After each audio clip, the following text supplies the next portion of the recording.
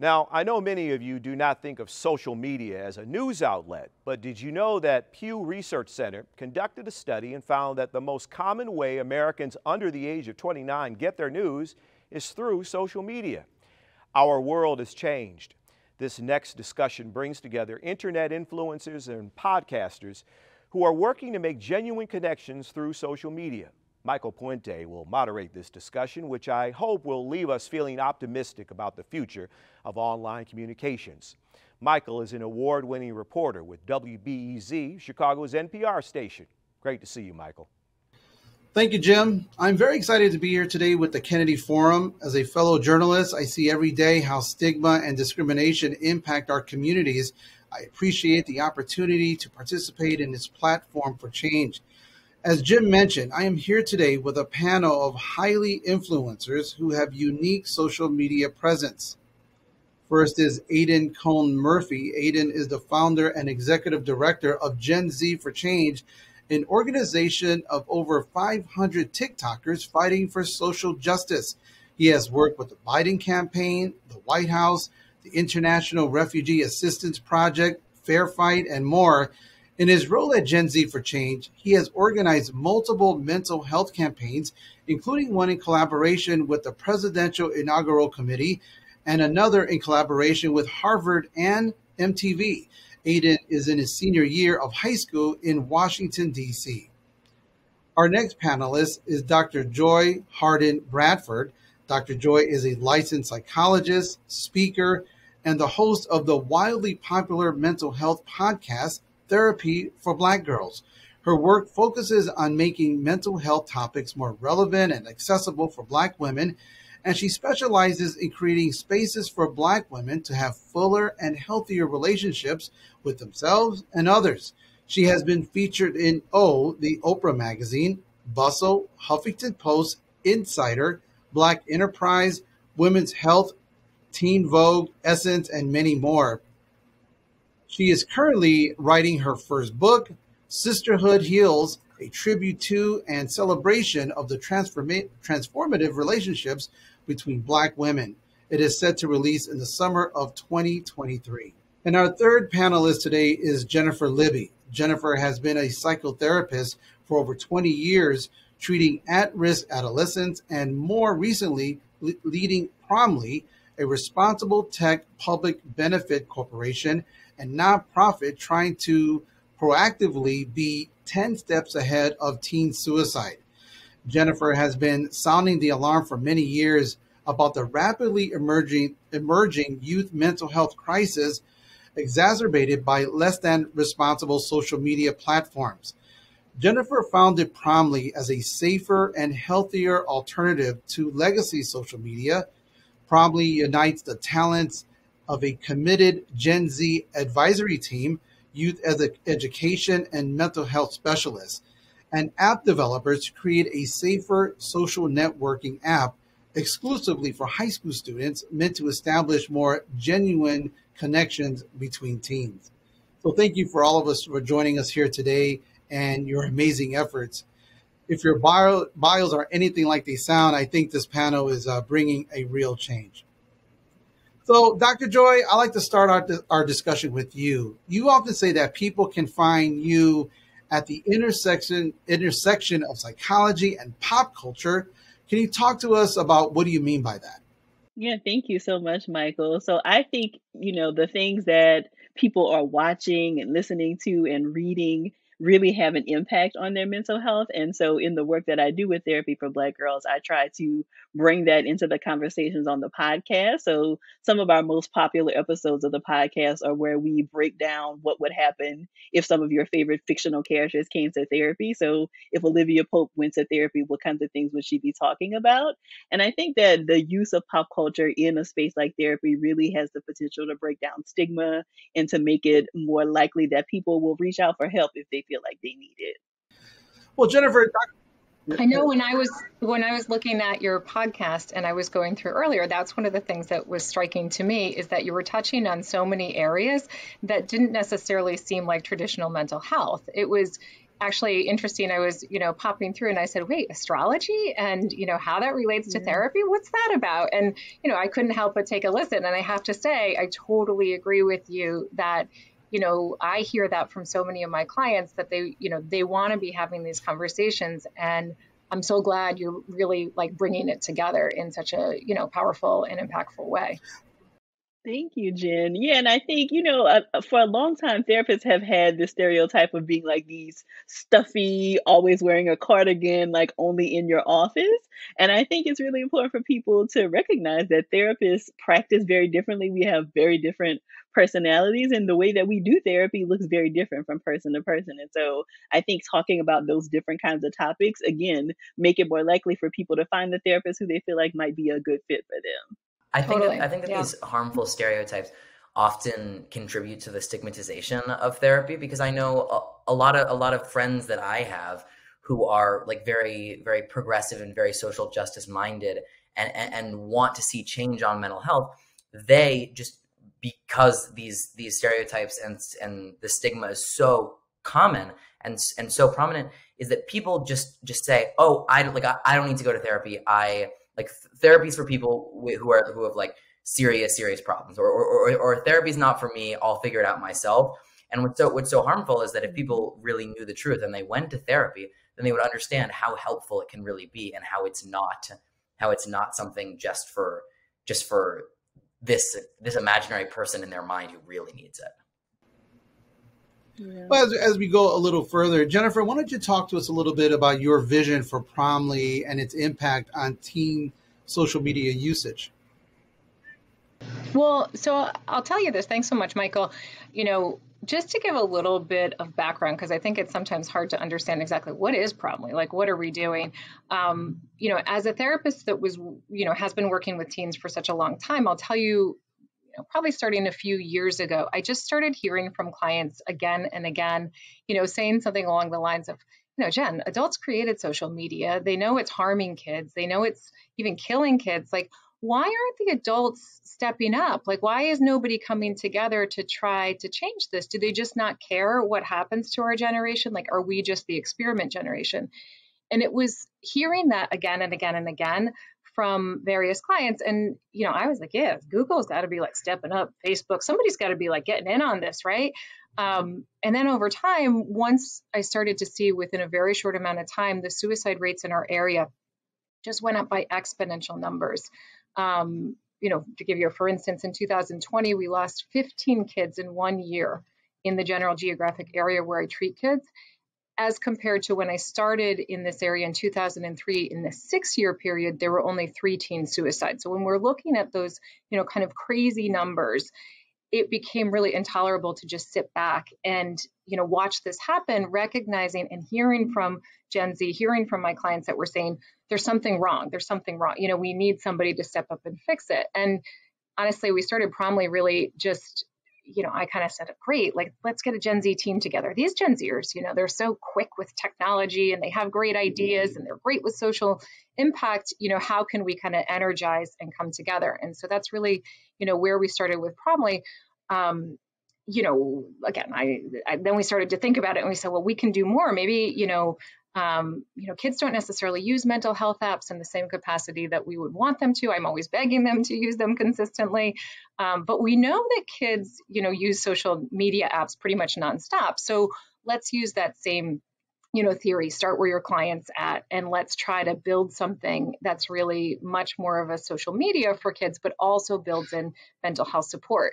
Now, I'm 45 years old. I would never be able to create a cool app because I'm not that cool. So we heavily rely on our Gen Z advisory team to really help inform, what do kids like? What do they want to see?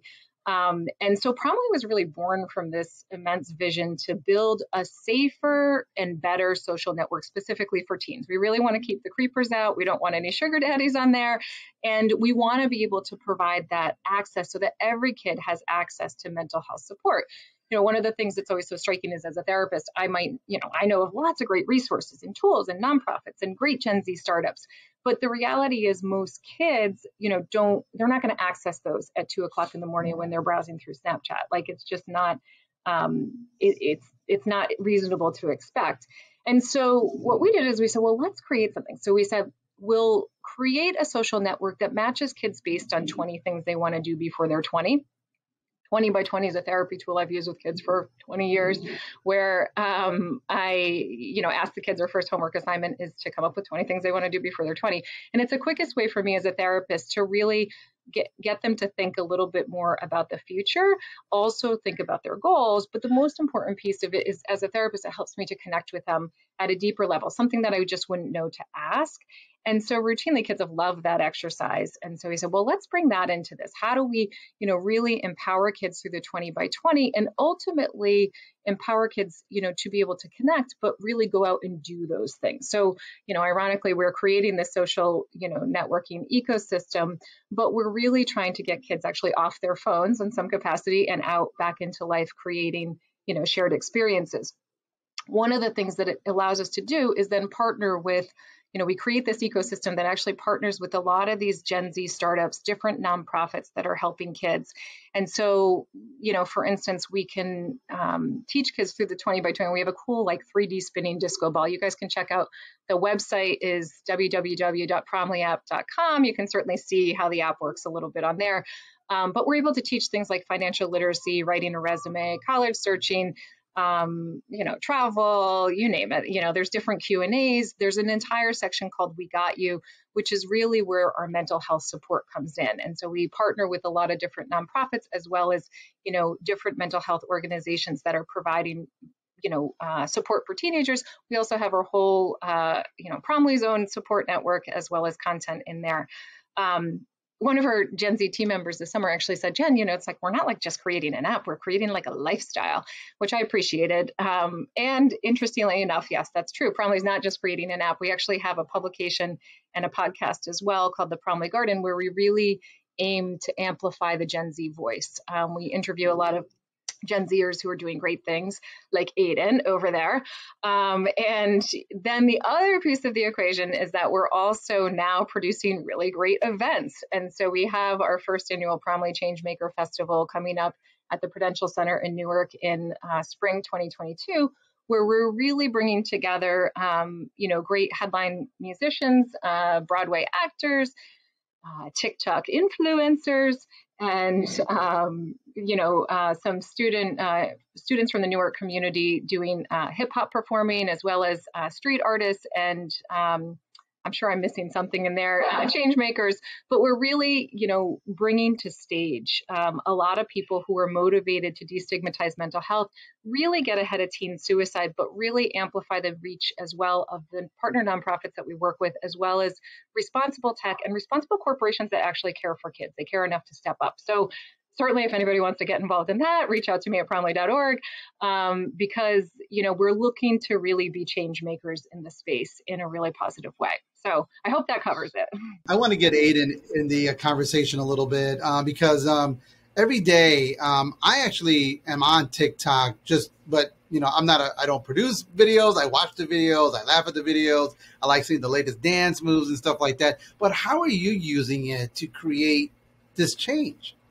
So I think it goes along with what Jen was talking about, is that whether or not social media has had more positive or more negative impacts on Gen Z's life as a whole, it exists and it's not going away anytime soon. So kind of our goal is to harness social media, especially TikTok, to make social change. And we started as TikTok for Biden. We spent a month of our life I spent a month of my life organizing to elect Joe Biden and Kamala Harris. It was all 500 of us. We made hundreds of millions of impressions. And then after, we worked on the Georgia runoff elections. And then post-Georgia, post-elections, we pivoted to become Gen Z for Change. And we really expanded our mission to social progress in general. And that has involved having multiple community conversations with a lot of the creators in our network, as well as a lot of our followers, to come together and talk about how everyone's doing mentally and how our mental health has been impacted by COVID. And I think what's important to note about the desire to get kids off of social media is that social media definitely contributes a lot of bad things. It is also, for a lot of kids, a very safe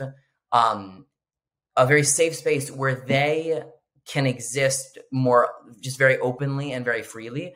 And a lot of people have made, not even, I mean, TikTok creators included, but just all different types of young people have made like very, very real and very strong digital friendships with people all around the country. And I think that that is very helpful because, so like, I'm Jewish, and a lot of my friends who I met through TikTok were from areas of the country where there are not a lot of Jewish people. And I was actually the first Jewish person they ever met.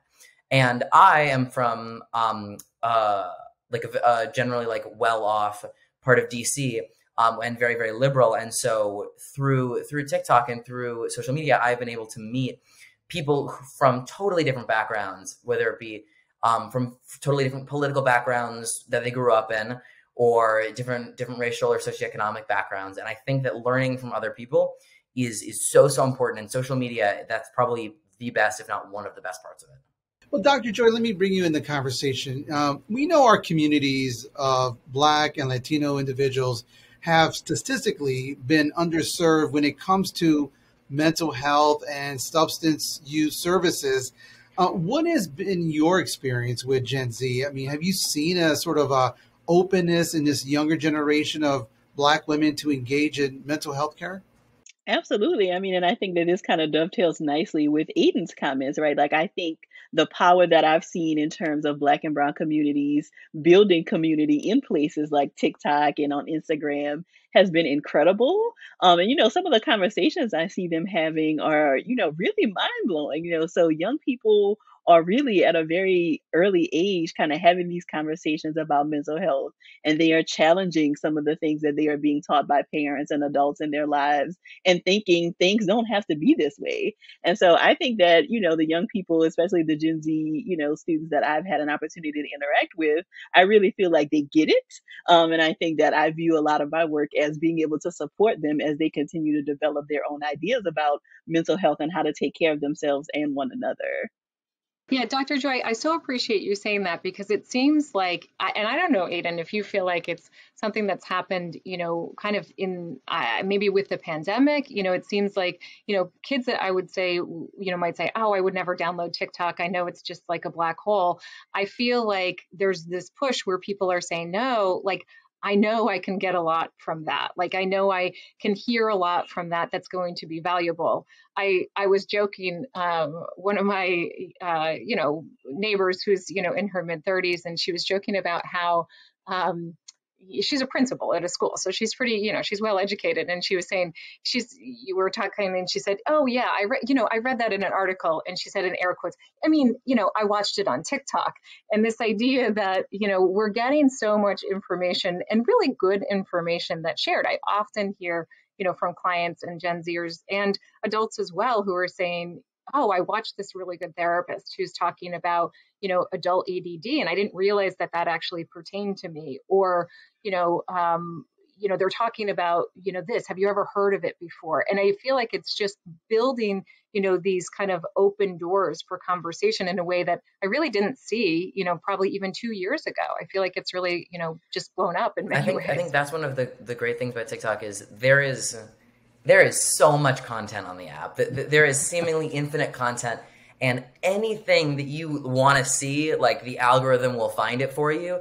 And it is definitely a double-edged sword, because it can create like feedback loops, and it can create these bubbles where people aren't hearing from people like outside of what they want to hear. But I think especially for mental health stuff is that these videos are reaching people in huge numbers.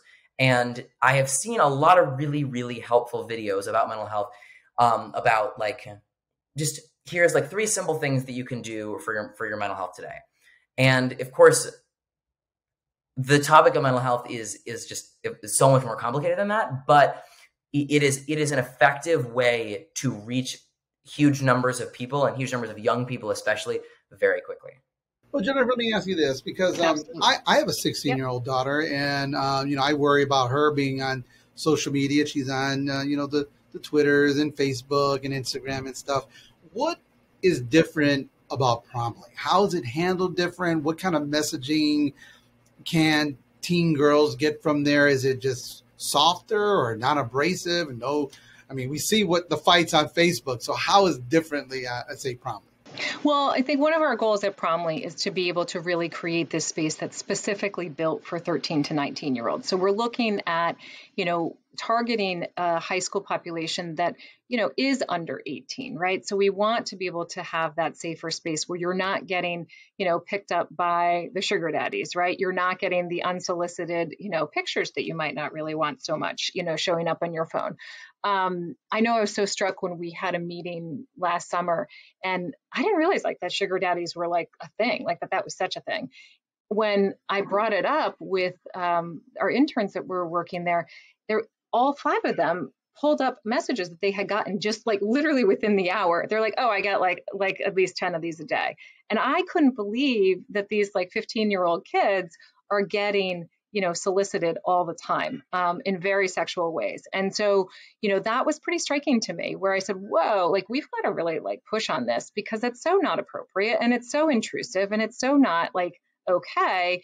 And then what's interesting is, we don't want to be like the grandmas of social media, right? But what was so fascinating is that when we worked with our Gen Z team and we said, well, what do you guys want? And they were, consistently saying, well, I don't want that. I really want a place where I feel like it's other high school kids. So I don't have to worry that I'm getting picked up by these older people, or that, pedophiles are coming in. And so, that's one thing that's different. The other piece of the equation is we've come a long way with things like artificial intelligence and content management and things like that. In some ways, many of the mistakes that, mainstream socials have kind of worked through, I think Promly, kind of receives the benefit of that, because we're new. And so we're able to start fresh in really understanding and being able to pick up on things like self-harming behaviors, on things like bullying.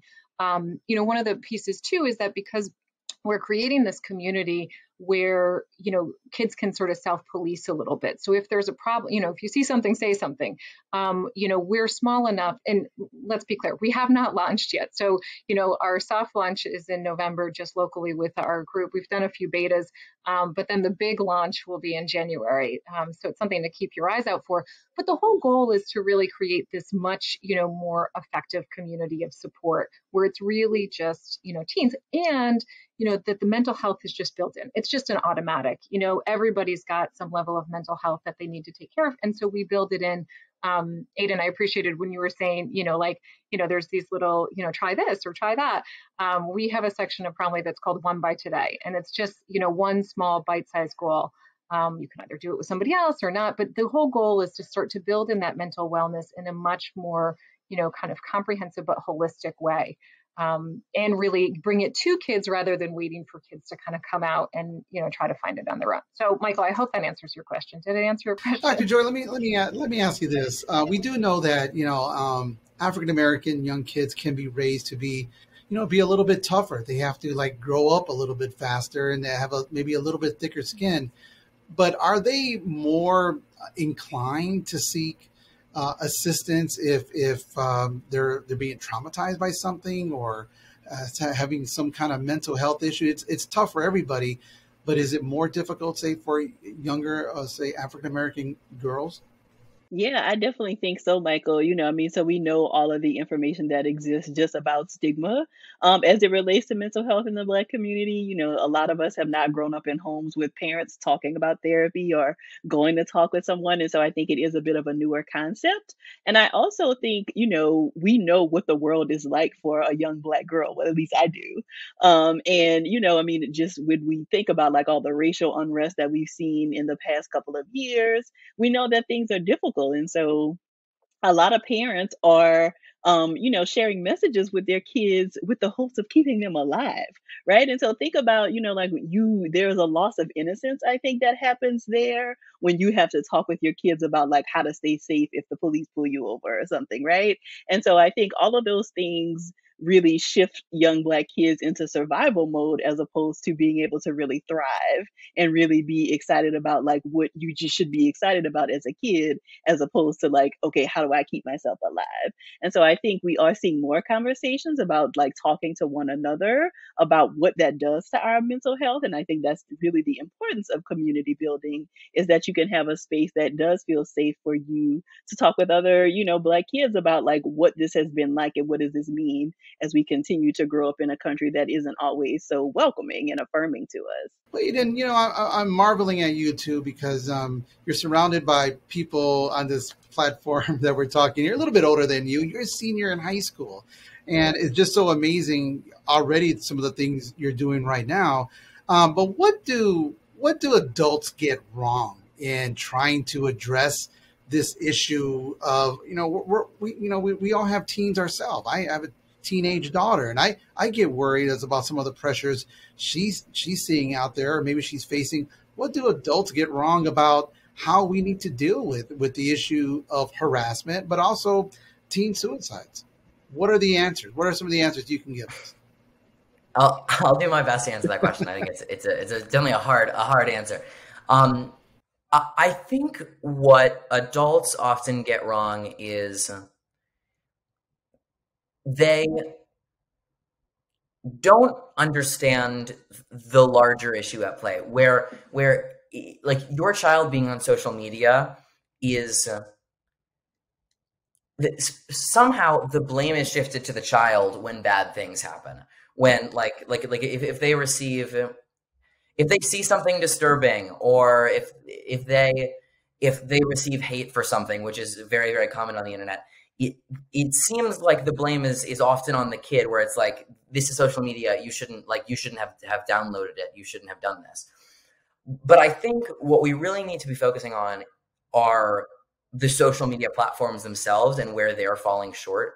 And I know that Jennifer talks a lot about this, but the content moderation system on social media, especially on TikTok, I think is absolutely terrible. I have received a lot of hate from like neo-Nazis on the internet who like put my address online and told me that they were coming to kill me, and sent me a bunch of very like disturbing homophobic and anti-Semitic messages. And I like reported these messages on social media, and I had a lot of people report them, and most of the time they weren't taken down. Is that these social media platforms decided that messages like these did not violate their community service guidelines. I'm sorry, not community service, their community guidelines. And this story is very, very common among young people, where social media is censoring them just speaking their mind, but is not censoring the active hate that they are receiving. And I think that what adults need to be focusing on is addressing this problem, is calling on social media, regulating social media, rather than focusing on the child. Because like when kids join social media, they are, even if they've, like for me, like when I joined social media, I of course had heard the stories of people receiving tremendous amounts of hate, but there was still like this part of me that was like, that's not going to happen to me, because I was naive, because I was younger. And like, that is not my fault. And I think that adults and the people in power need to be focusing on that, and focusing on where the social media companies are falling short. Jennifer, let me ask you this. We do see, I'm not trying to generalize here, but a lot of people are on social media, from athletes to actors, and we can be kind of sensitive when we have criticism or people pushing back. Are young girls more susceptible to that? Is it not just simply, you can't just simply turn off, say, Twitter or Instagram when you see negative comments? They really, really internalize that. Why is that? And how can we better help them overcome some of the pain they feel from that?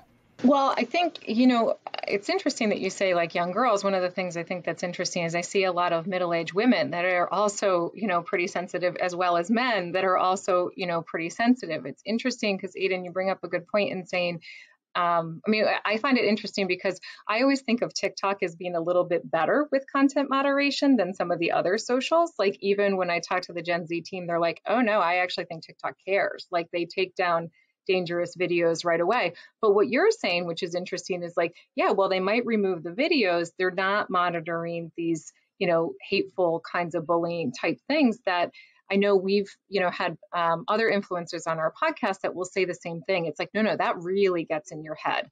And it's hard to unsee that, right? We always talk about like seeing something and then eye bleaching, something that's going to help you to kind of shift to, something that would, make you feel better. But it's hard, like the brain's programmed. Anything that's even just a little bit traumatic, our brain is programmed to hold on to. So it doesn't really matter, if we're adults or if we're kids. And I would say even kids are more susceptible, certainly in adolescence, to be able to be much more reactive to things. The brains are programmed to be more black and white. And so when we think, I always explain it where, listen, if we're looking at like an evolutionary theory here, I'm the one sitting back in the, cave and I'm going to be eating my raspberries. Well, I send you guys out to fight the lions, the tigers, and the bears, and your brain's really programmed to react in very extreme ways.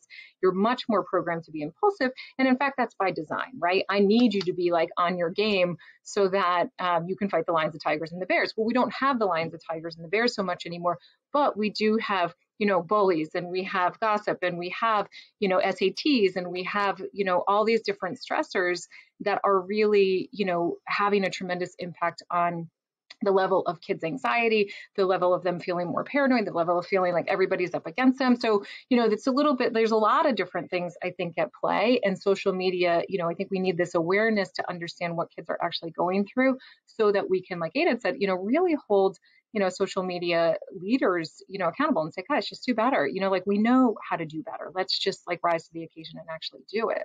So, I mean, you said, helping kids to understand that. I think one of the things, that I'm often working with is helping kids to understand just how their brain works, right? So teaching things like the science, the evolutionary theory, things like that, so that they can kind of step back a little bit, take a deep breath, and maybe think through it like, by the time they're 25, it's probably not going to matter that this happened. But yet in that moment, my gosh, it feels like the world's like caving in on you. I think it is so easy to be the worst version of yourself on social media, especially if you like aren't creating content. If you're just like have a profile, you can be completely anonymous and no one will ever know who you are.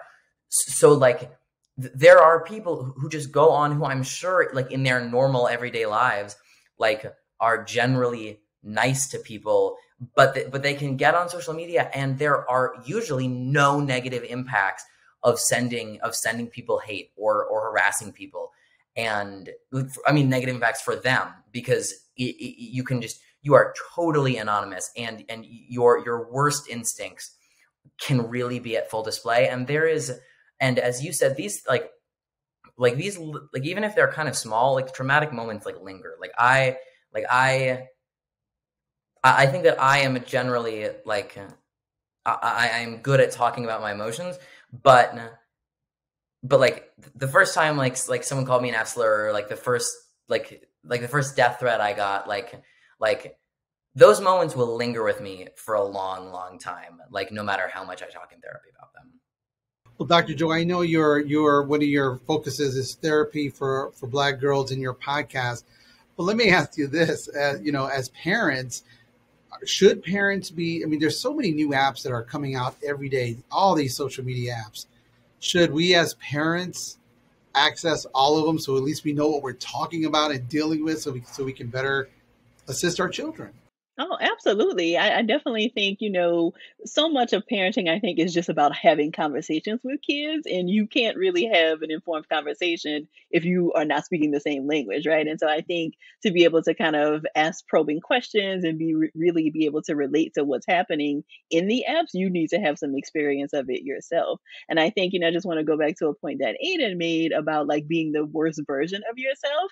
I do think that there is something about the social media ecosystem that make people act in ways that they might not or probably wouldn't in person, right? And I think that that's sort of interesting. I don't really have answers, but I do think it is important for us to remember that there are actual humans on the other side of like whoever we're interacting with, right? I think because we just see a picture on Instagram or we see a video in passing on TikTok, it really removes some of the humanity from people sometimes. And I really think we need to bring that back so that we can engage with people in a way that actually, acknowledges and affirms our humanity as opposed to robs us or separates us from that. Joy, Dr. Joy, I appreciate you saying that. One of the things I was saying, and I was half joking when I was talking about it at the beginning, when we were thinking about just exactly that, like, how do we create these human connectedness? Like, how do we remind people that there are humans behind all of this, especially when we're working with teens. And, listen, I've worked with teens for a long time. So teens can be very provocative, right? So if you're going to do this, you've got to expect that there's going to be like a level of, provocative stuff that's coming your way. So, albeit we were looking to create this safe community, one of the other pieces of the equation is that the kids that are typically the most provocative are probably the kids that need the most help, right? So, working in, various schools along the way, having done this work, we don't want necessarily to be like, all right, well, just because you're being provocative, that's it. There's a zero tolerance, you get kicked off, that's that. And what I appreciate, about, coming from the pandemic is that Zoom becomes this really great resource, right? Where I imagine, and in my world at Promly, when somebody says something provocative or gets in a little bit of trouble or something like that, Aiden, that was so inappropriate. Somebody reported, that you said blah, blah, blah, blah, blah. Aiden, would you mind just jumping on a quick 15-minute Zoom with me just so that we can talk about it? And being able to offer that level of kind of like, hey, there's actually, Oz isn't quite Oz here, and there's actual humans at play here. We look at that as being a potential game changer where, we have that ability to kind of, call it out, right? And really try to assess in a much more effective way what's really going on for somebody. So we kind of take that mystery away from the kids that, we imagine will, be provocative, right? And say those things. But I think that's one of the things it's so easy. It's like, road rage when you get behind the car and, it's kind of different when you have the windows down and, people can actually see you. So I do think it's like bringing that, human level back in wherever we can, which is going to make the difference. Well, we only got probably about 3 to 4 minutes left. Aiden, I'm going to ask you this. Where do you see the movement going, your movement that you're building here? Where do you see it in 3 to 4 years? I know you'll be in college by then, but where do you want to see this movement go? I have a lot of specific goals, but I really hope that like where we are in 4 years, we can look back at the work we've done and feel like we've helped at least one person, because that's really all you can do. Just try to help as many people as you can. And I think I want to look back and be proud and feel like we contributed something positive to the world. And I believe we have so far. And I just want to keep that up, because that's all we can do in this life. That got very dark, but that's the only option. Dr. Joy, with the few minutes we have left, give me just one piece of advice of how maybe young girls can lead sort of a healthier life on social media if they access it. I think by remembering that, all of us really share our highlight reels on social media as opposed to all of the other bad takes that we don't share. And so keeping in mind that, any one picture or any one video that you see is not the fullness of somebody's story. And it's really important to dig a little deeper. Jennifer, what's your piece of advice? It's just, if you're telling that to a young girl and how to navigate social media and try to be healthy. Well, I think it's like really picking and choosing, kind of like with any activity. It's part of creating a little bit of a balance that, social media can be a really great resource. It can be a great tool. But I do think it's, we've got to, put the phones away sometime and go out, get some fresh air, get in the world, and create a little bit more action than just scrolling. And, I find people have a little bit like a renewed sense of kind of reality when they, take a break from it for a little while. And those breaks, I think, are really helpful. So, don't be afraid to take some breaks from it either. So. All right. Well, I want to thank our guests today. First, Aiden Cohn Murphy, Dr. Joy Harden Bradford, and Jennifer Libby. You guys are all amazing people. And I want to encourage our audience to follow these individuals on social media in an effort to uplift your feeds and learn how you can become better engaged. So thank you so much for listening.